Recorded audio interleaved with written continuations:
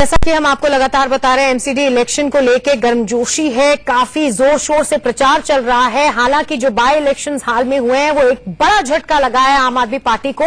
इन सब सवालों को लेकर पुलकित नागर अब हैं दिल्ली के मुख्यमंत्री अरविंद केजरीवाल के साथ।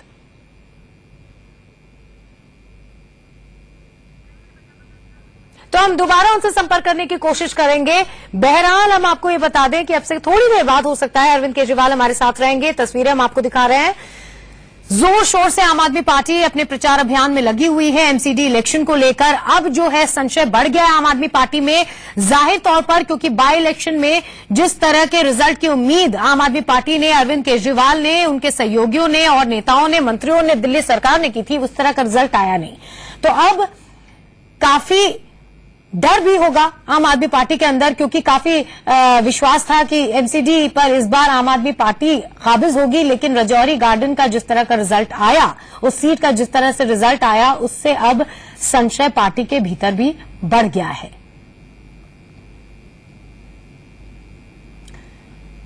एमसीडी इलेक्शन को लेकर जोर शोर से पार्टी लगी हुई है प्रचार अभियान में।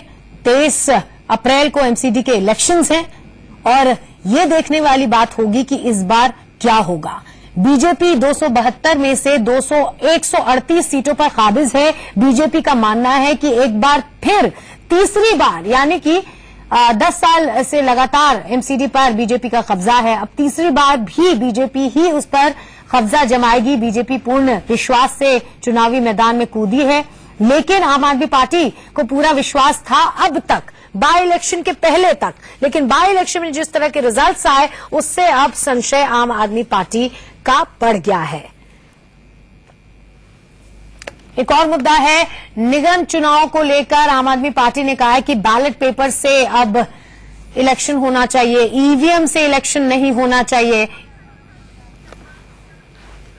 और अरविंद केजरीवाल हमारे साथ जुड़ गए हैं, हमारे संवाददाता पुलकित नागर उनके साथ हैं, सीधे वहीं का रुख करते हैं। देखिए, जिस तरीके का माहौल इस समय एमसीडी चुनावों को लेकर बना हुआ है, कोई कह रहा है कि आम आदमी पार्टी हार कर रिकॉर्ड बनाएगी, ये भाजपा कह रही है। वहीं कांग्रेस से दावा कर रही है कि अनुभव उनके पास है और अनुभव के आधार पर वो अपने वादे पूरे करेंगे। और आम आदमी पार्टी हाउस टैक्स की बात कर रही है। अरविंद केजरीवाल दिल्ली के मुख्यमंत्री हमारे साथ हैं। सर, बहुत बहुत स्वागत है आपका इंडिया न्यूज पर। लेकिन शुरुआत उस वीडियो से जो लगातार घूम रहा है सोशल मीडिया पर और सवाल उठे हैं कि आखिर कुमार विश्वास आपसे नाराज क्यों है? तो वीडियो दिखा रहे हैं आप, मैं बोलूं या? हाँ जी, बताइए। पहले तो मेरी ये रिक्वेस्ट है कि वो सारा वीडियो आप दिखाइए लोगों को, और सबको ये वीडियो देखना चाहिए। बहुत ही शानदार वीडियो कुमार विश्वास ने बनाया है, जिसमें उसने फर्जी राष्ट्रवाद के नाम पर इस देश में जो कुछ चल रहा है उनके ऊपर उन्होंने प्रश्न उठाए हैं।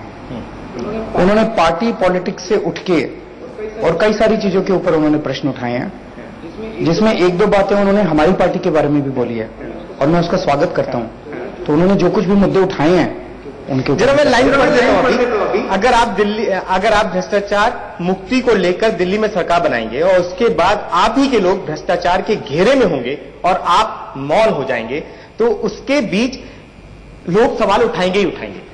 तो ये तो बड़ा आरोप है कुमार विश्वास की तरफ से आपके ऊपर कि आप क्या मौन हो गए? तो हम मौन नहीं हुए।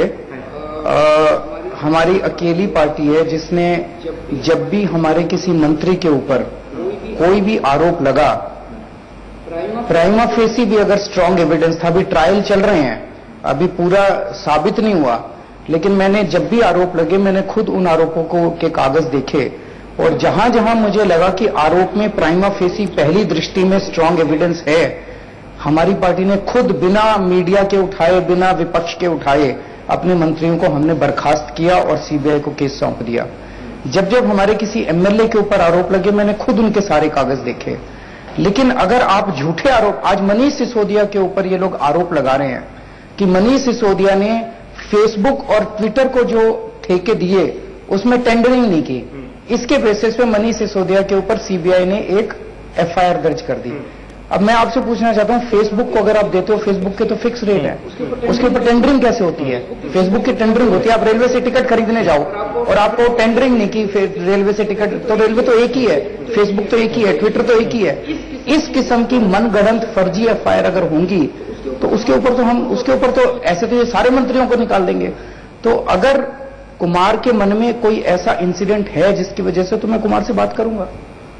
नाराज ज्यादा है क्या कुमार? नहीं, बिल्कुल नहीं है। बातचीत हो रही है। अभी तो आप ही के सामने चाय पी रहे थे। लेकिन मैंने देखा नहीं ना, तो मैंने देखा, मैं आपको बता दूं कि बिल्कुल अरविंद केजरीवाल जब यहाँ पहुंचे हैं तो उससे पहले कुमार विश्वास अरविंद केजरीवाल से मिलने आए और इन दोनों के बीच बातचीत। सर बातचीत बता दीजिए क्या हुई दोनों के बीच? कोई है ही नहीं जो आप मनगढ़ंत में। एक चीज बता दूं, जो इस तरह की रोज आप कहानियां चलाते हो कि इसके और उसके बीच में लड़ाई हो गई, इसके और उसके बीच में लड़ाई हो गई। कुमार मेरे परिवार का हिस्सा है। कुमार के परिवार, उनकी वाइफ मेरी वाइफ की दोस्त हैं, उनके पूरे परिवार के मेरे परिवार के साथ पारिवारिक संबंध हैं। तो ये जो आप रोज चलाते हो कि लड़ाई हो गई, ये हो गई, वो हो गई, ऐसी लड़ाइयां कोई है ही नहीं। आप जबरदस्ती लड़ाई कराने की कोशिश कर रहे हैं। लेकिन क्या रहा है, आपने देखा कि आपके एक विधायक आपको छोड़कर चले गए, विधानसभा उन्होंने अपनी मेंबरशिप छोड़ दी और बीजेपी में शामिल हुए। आप राजौरी गार्डन का चुनाव हार जाते हैं। ये हो क्या रहा है? एक वो स्थिति थी जब सब लोग अरविंद हो रहा था, मात्र बीजेपी 3 सीटों पर सिमट गई थी, और अब आपको लोग छोड़ के जा रहे हैं, आपके विधायक आपको छोड़ देते हैं, तो ये तो बड़ा सीरियस है। मैं आपसे ये कहना चाहता हूं कि जो पार्टी विधायकों को तोड़ने की कोशिश कर रही है, दोषी वो है, या जिस पार्टी का विधायक छोड़ के जा रहा है दोषी वो है। आज पूरे देश के अंदर डिस्कोर्स ये बन गया कि भारतीय जनता पार्टी दूसरी पार्टियों के विधायकों को तोड़ रही है, पैसे दे रही है, ब्लैकमेल कर रही है, और ये कहा जा रहा है वाह क्या स्ट्रैटेजी है, क्या पॉलिटिकल स्ट्रैटेजी है भारतीय जनता पार्टी। क्या एक जमाना ऐसा था जब आया राम और गया राम करने वाले जो लोग पैसा खाते थे विधायक, और जो पार्टी तोड़ती थी उसको दोष दिया जाता था। आज जिस पार्टी के विधायकों को दूसरी पार्टी तोड़ रही है उसको दोष दिया जा रहा है। भारतीय जनता पार्टी अगर दूसरी पार्टियों के विधायकों को पैसा येन केन प्रकारेण साम दाम दंड भेद करके ब्लैकमेलिंग करके पैसे देके अगर तोड़ रही है, कसूर किसका है? भारतीय जनता पार्टी का है कि दूसरी पार्टियों का है? नाराजगी भी तो हो सकती है। तो किस किस्म की नाराजगी है? क्या नाराजगी है? क्या कर दिया हमने? दिल्ली के लोगों से जाके पूछो। आज दिल्ली के लोग बिजली, पानी, शिक्षा, स्वास्थ्य, इन 4 चीजों पे इतने खुश हैं। कोई एंटी इनकम्बेंसी नहीं है, on the contrary pro incumbency है। लोग इतने खुश हैं दिल्ली सरकार के काम से, 2 साल के काम से। अपने पिछले 3 दिन से मैं इंटरव्यू दे रहा हूं, यहाँ पे जो एंकर आए थे जिन्होंने मेरे इंटरव्यू किए, वो एंकर खुद कह रहे हैं कि आपने काम तो बहुत अच्छे किए जी, आपने काम तो बहुत अच्छे। आज मैंने अभी वीडियो देखा था, कांग्रेस के कुछ नेता कह रहे हैं टीवी वालों को कि ये काम तो केजरीवाल ने बड़े अच्छे किए, काम बहुत अच्छे किए। तो आप राजौरी गार्डन क्यों? राजौरी गार्डन मैंने बताया है, उसका कारण ये था, जैसे उस टाइम आपको याद है मैंने इस्तीफा दे दिया था 49 दिन की सरकार के बाद, लोगों को वो पसंद नहीं आया था। एक चीज तो अब हमने सीख ली कि इस्तीफा देके कहीं बीच में, टर्म के बीच में छोड़, अब इस्तीफा नाम से डर लगने लगा आपको? इस्तीफा नाम से डर लगने लगा। राजौरी गार्डन में यही हुआ, जो भूल हमने पहले की थी वो भूल यहाँ पे हुई। लेकिन उसकी पार्टी ने और अच्छा उभर के आया जब आपने इस्तीफा दिया था, तो आपका विधायक ऐसे क्यों नहीं कर पाया? क्यों है? समझा नहीं पाए हम राजौरी गार्डन के लोगों को। समय बहुत, उस टाइम हमको 8 महीने मिले थे, अभी 8 हफ्ते भी नहीं मिले। तो राजौरी गार्डन के जर्नैल सिंह जो हैं, उन्होंने सिख समाज के लिए बहुत काम किया है। उनका मन था पंजाब से चुनाव लड़ने का, पार्टी भी सहमत थी पंजाब से वो चुनाव लड़े। उन्होंने राजौरी गार्डन से इस्तीफा दिया, पंजाब चले गए। राजौरी गार्डन वालों को ये गुस्सा था कि हमने 5 साल के लिए इसको चुना था, ये बीच में छोड़ के क्यों चला गया।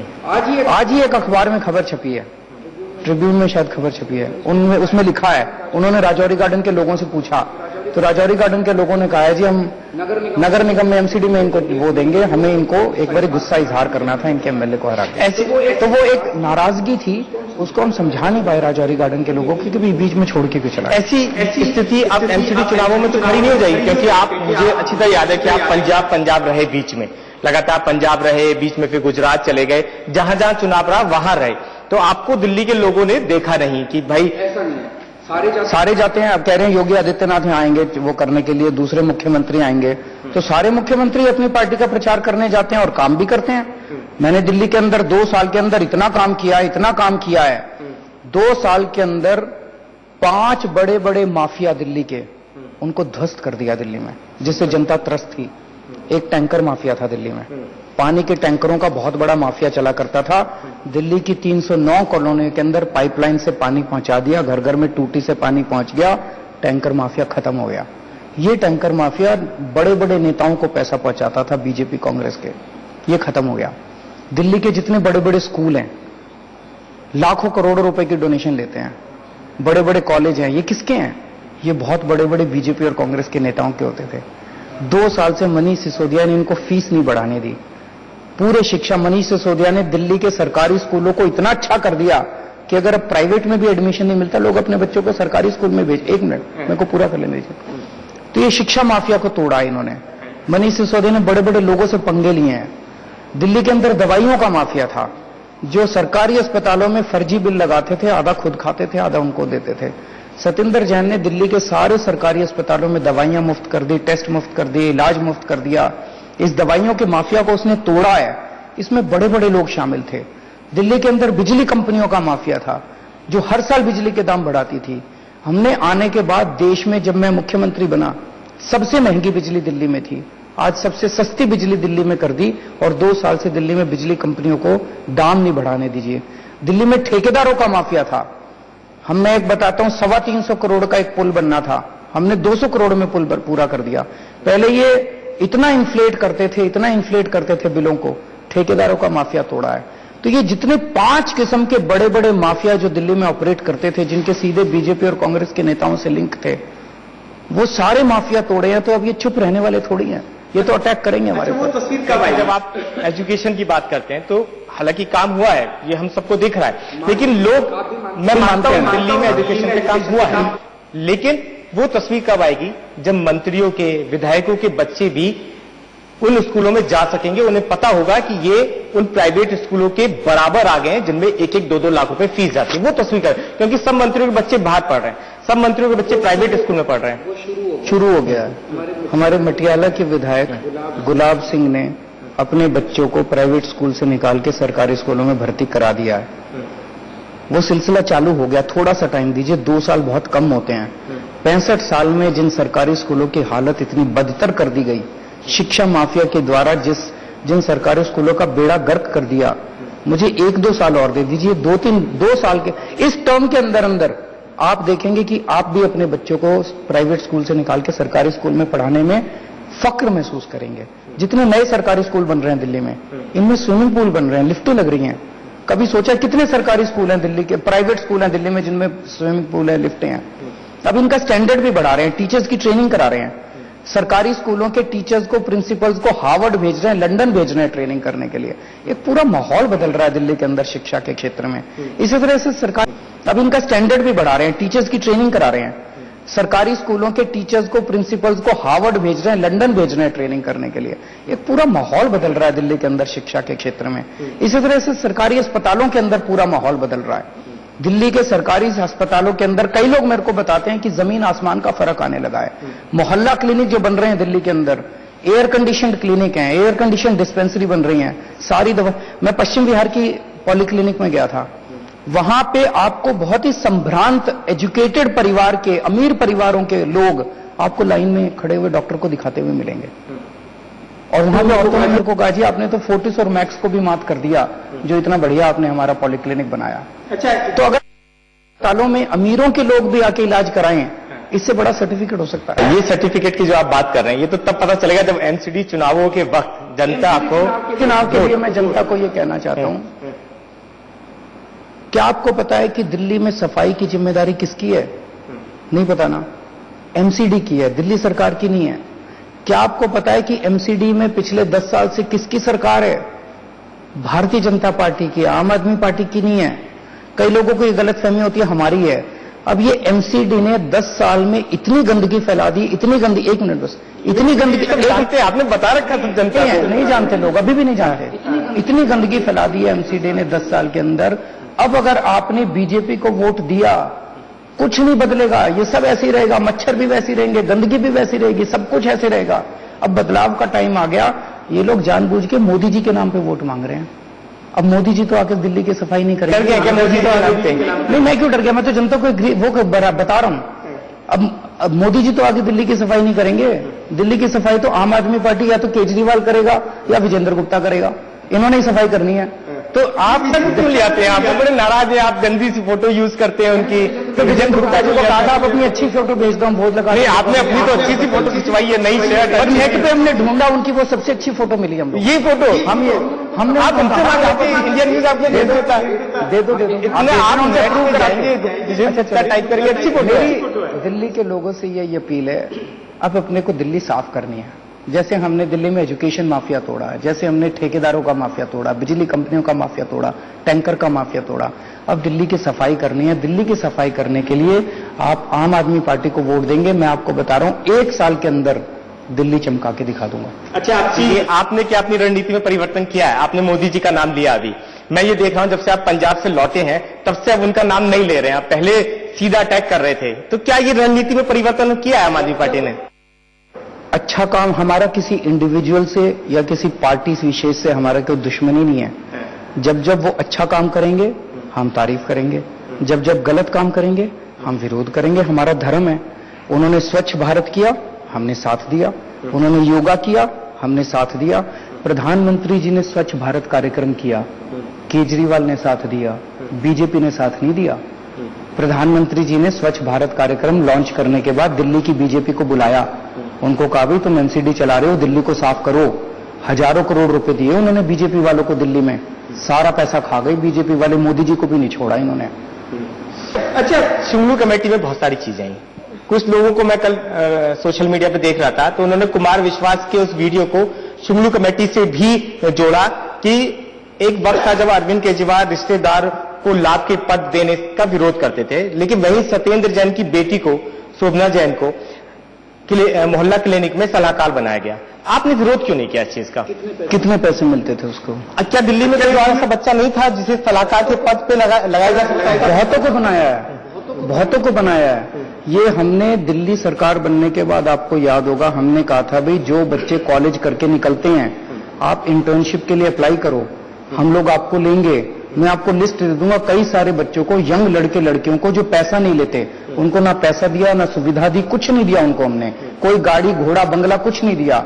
वो बेचारे अपना साल भर 1.5 साल भर अगली नौकरी करने के पहले यहाँ पे आते थे और काम करते थे। कितने सारे बच्चे लगे एज इंटर्न। तो क्या गलती है इसमें? शुंगलू कमेटी ने इसका सवाल उठाया। शुंगलू कमेटी ने सवाल क्यों उठाया ये शुंगलू साहब से जाके पूछिए। शुंगलू साहब के खिलाफ इंक्वायरी चल रही है और शुंगलू साहब के खिलाफ बहुत सीरियस कंप्लेंट आई थी एलजी के पास, मेरे पास। तो इन्होंने सेटिंग कर ली शुंगलू के साथ। आपने बनाई रिपोर्ट? शुंगलू के साथ सेटिंग कर ली कि तुम एक काम करो, केजरीवाल को ठोक दो रिपोर्ट में, तो हम तुम्हारी इंक्वायरी नहीं कराएंगे। आप पूछो एलजी साहब क्या इंक्वायरी करके पूछो। जून 2015 के अंदर उनके पास शुंगलू के खिलाफ कंप्लेंट आई थी कि नहीं आई थी? शुंगलू ने इतने घपले कर रखे डीपीएस की सोसाइटी में। तो नतीजा है जो पूरी रिपोर्ट बनाई गई। पूरी शुंगलू कमेटी रिपोर्ट उठा के देख लो, उस रिपोर्ट में एक पैसे के भ्रष्टाचार की गड़बड़ अगर हो। पूरी शुंगलू रिपोर्ट क्या कहती है? शुंगलू रिपोर्ट कहती है एलजी के पास इस केस में फाइल नहीं भेजी, एलजी के पास फाइल नहीं भेजी। वो कहते हैं इस केस की फाइल नहीं भेजी, इस केस की फाइल नहीं भेजी, इस केस की फाइल नहीं भेजी, इस केस की।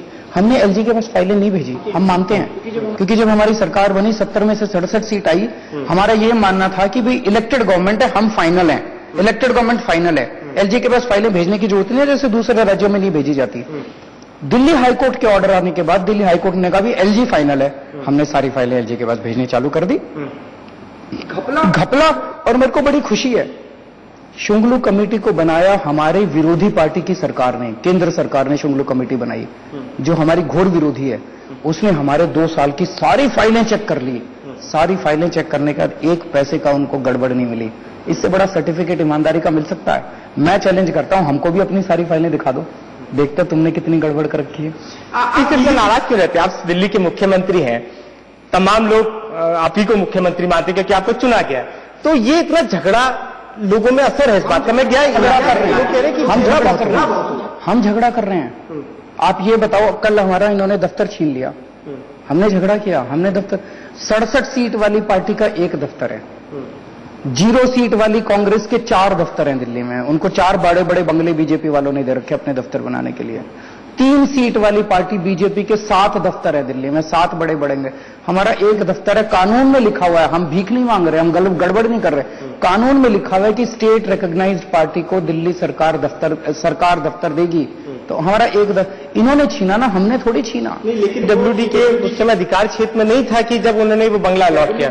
ने डिसीजन पास किया, कैबिनेट ने, जो केंद्र सरकार की पॉलिसी थी हूबहू शब्दशः दिल्ली सरकार ने वो पॉलिसी अपना ली सारी पार्टियों के लिए। तो फिर अब आपको खाली तो यही कह रहा हूं कि क्यों खाली करना पड़ रहा है। इसका पालन किया नहीं होना। एलजी के को इस्तेमाल करके केंद्र सरकार हमारे सारे निर्णयों को, अब दिल्ली हाईकोर्ट ने कह दिया एलजी फाइनल है, तो हर चीज में एलजी को इस्तेमाल करके हमारे मानते हैं ना कि नियमों का पालन ठीक से नहीं हुआ, इसलिए कोर्ट ने बोला हुआ। तो अभी तक दिल्ली सरकार फाइनल होती थी, कैबिनेट फाइनल होती थी, अब दिल्ली हाईकोर्ट ने बोला, अभी बोला अगस्त के महीने में कि एलजी फाइनल है। अब एलजी फाइनल है, एलजी को इस्तेमाल करके देखते हैं। अभी इसके ऊपर कानूनी वो चल रहा है, हम लोग सलाह ले रहे हैं इससे एडवोकेट से कि क्या करना चाहिए इसके बारे में। चुनाव आयोग को धृतराष्ट्र कहना, पर मैं एक और चीज ये कहना चाहता हूं कि दिल्ली के अंदर मोटे मोटे दिल्ली सरकार के बड़े लिमिटेड दायरा है, मोटे मोटे 4 ही डिपार्टमेंट थे, बिजली, पानी, शिक्षा, स्वास्थ्य। इन 4 विभागों में, 4 क्षेत्रों में क्रांतिकारी बदलाव आए हैं 2 साल के अंदर, चारों में, मानना पड़ेगा ये। लेकिन बहुत सारी चीजें 80% दिल्ली के काम ऐसे हैं जो एमसीडी से होते हैं, नगर निगम से होते हैं। सबसे बड़ी सफाई है, पार्किंग है, ये वो बहुत सारे काम है। और जब भी हम कुछ करने की कोशिश करते हैं एमसीडी के अंदर वो टांग अड़ाते हैं। जैसे पिछले साल हमने बजट पास किया 250 करोड़ का, हमने कहा दिल्ली में जितने डार्क स्पॉट्स हैं, जितने अंधेरे इलाके हैं, वहां पे हम खंबे लगाएंगे और उस पर बिजली के वो लगाएंगे। हमने इनको कहा, इन्होंने हाउस में, बीजेपी वालों ने एमसीडी के हाउस में प्रस्ताव पारित कर दिया, दिल्ली सरकार के पैसे से हम दिल्ली की सड़कों पे खंबे नहीं लगने देंगे। किसका नुकसान हुआ? औरतों का नुकसान हुआ जो असुरक्षित महसूस होती है। बताओ इनका क्या गया? कितनी गंदी राजनीति है। दिल्ली सरकार पैसा दे रही है, दिल्ली सरकार खंबे लगा रही है, केवल इनसे एक एनओसी चाहिए था, इन्होंने एनओसी नहीं दिया। पिछले साल हम लोगों ने बजट में पास किया कि 1,500 करोड़ रुपया पास किया कि पूरी दिल्ली की सारी कच्ची कॉलोनियों के अंदर हम घर घर में पानी पहुंचाएंगे पाइपलाइन से, टूटी से। इन्होंने हाउस में प्रस्ताव पारित कर दिया कि दिल्ली सरकार के पैसे से एमसीडी की रोड्स के ऊपर पाइपलाइन नहीं लगने देंगे। किसका नुकसान हुआ? दिल्ली के लोगों का नुकसान हुआ।